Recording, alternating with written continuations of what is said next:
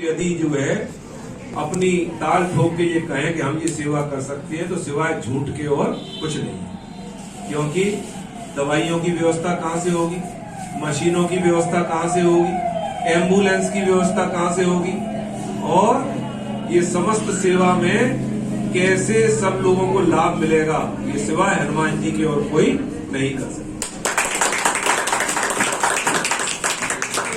और इसीलिए परमार्थ न्यास की सेवा को मैं एक सफल सेवा कहूंगा, क्योंकि यहाँ परमार्थ न्यास के जो सेवक मेरे सहित ये अभिमान करते थे कि ये सेवा हम कर रहे हैं, उनके अभिमान को भगवान ने चूर चूर कर दिया और उन्हें ये बता दिया कि ये सेवा तुम कर रहे थे तब कैसी थी और हनुमान जी कर रहे हैं तो कैसी, ये भी सबको बता दिया। इसीलिए आज हमारे पिता तुल्य और संत जो पूरे मुरैना में भगवताचार्य हैं, बहुत अच्छी कथा कहते हैं, मैंने खुद ने भी इनकी कथा सुनी है। परम यशस्वी हैं, धर्मात्मा हैं।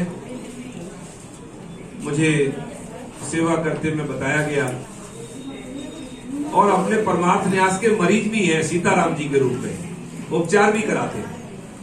आपके कई दांत हनुमान जी ने निकाले।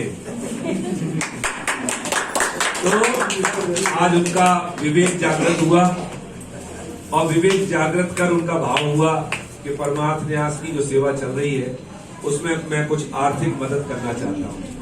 आदरणीय महेश्वरी जी मेरे पास आए और बोले कि ऐसी ऐसी बात है, वो आपकी परमार्थ न्यास की सेवा कुछ दान करना चाहते हैं। मैंने उनसे कहा यदि दान करना चाहते हैं तो उनका अधिकार है, दान देने वाले को कोई रोक नहीं सकता। लेकिन परमार्थ न्यास का एक संकल्प है कि परमार्थ न्यास किसी से कभी मांगेगा नहीं। यदि ढोग लगाएगा, न्योरे करेगा तो सिर्फ श्री सीताराम जी के और हनुमान जी जो ही व्यवस्था करें, उनको जहां से करनी हो, जैसी करनी हो। ये हम सेवकों का काम नहीं है। नौकर ये नहीं व्यवस्था करता है कि पैसा कहां से आए, नौकर तो केवल सेवा करता है। और परमार्थ न्यास के जितने सेवक हैं ये नौकर हैं, ये कोई व्यवस्था करने वाले नहीं है। व्यवस्था करने वाले हनुमान जी हैं। तो हमारे पंडित राम रतन शर्मा जी को हनुमान जी की प्रेरणा हुई और उन्होंने परमार्थ न्यास की सेवा हेतु 10,000 रुपए परमार्थ न्यास की सेवा हेतु। ये कोई छोटी मोटी राशि नहीं है।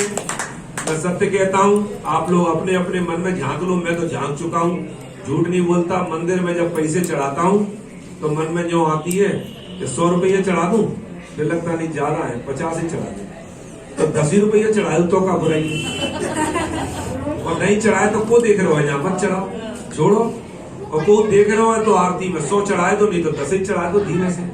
मतलब भगवान के चरणों में भी मोल भाव होता है, ये सत्य है। और ऐसी स्थिति में लोग वहां आप देख रहे हो इलेक्शनों में कैसा पैसा पानी की तरह बह रहा है। वहां भगवान की सेवा हेतु यदि किसी का भाव अंदर से रोमांचित होता है, पुलकायमान होता है कि मैं भगवान के चरणों के लिए सेवा को करूंगा, तो ये सिवाय हनुमान जी की प्रेरणा की और किसी की प्रेरणा नहीं है। आप ब्राह्मण हैं और ब्राह्मण होकर आपने परमार्थ न्यास को दान के लिए चुना, ये हम सब सेवकों के लिए गौरव की बात कि मैं बहुत हृदय से कहता हूं। और इसमें कोई वो नहीं है कि डॉक्टर संजय शर्मा सहित जितने सेवक हैं ये कल रहेंगे कि नहीं रहेंगे, कब तक इनका शरीर है। लेकिन आप जैसे दानियों के द्वारा ही ये परमार्थ न्यास चलता रहेगा और ये कभी भी अपनी सेवा को हनुमान जी बंद नहीं होने देंगे। मैं कोटि कोटि आपका आभार करता हूँ समस्त देवी देवताओं की तरफ से, श्री सीताराम जी की तरफ से, हनुमान जी की ओर से, कि भगवान आपके इस समय पे आप पति पत्नी को दोनों को लंबी उम्र दे, आप दीर्घायु हो, आपको कोई स्वास्थ्य संबंधी बीमारियां ना हो, और हो तो हनुमान जी महाराज कृपा करके उन बीमारियों को, कष्टों को दूर करें। बोलो श्री सीताराम।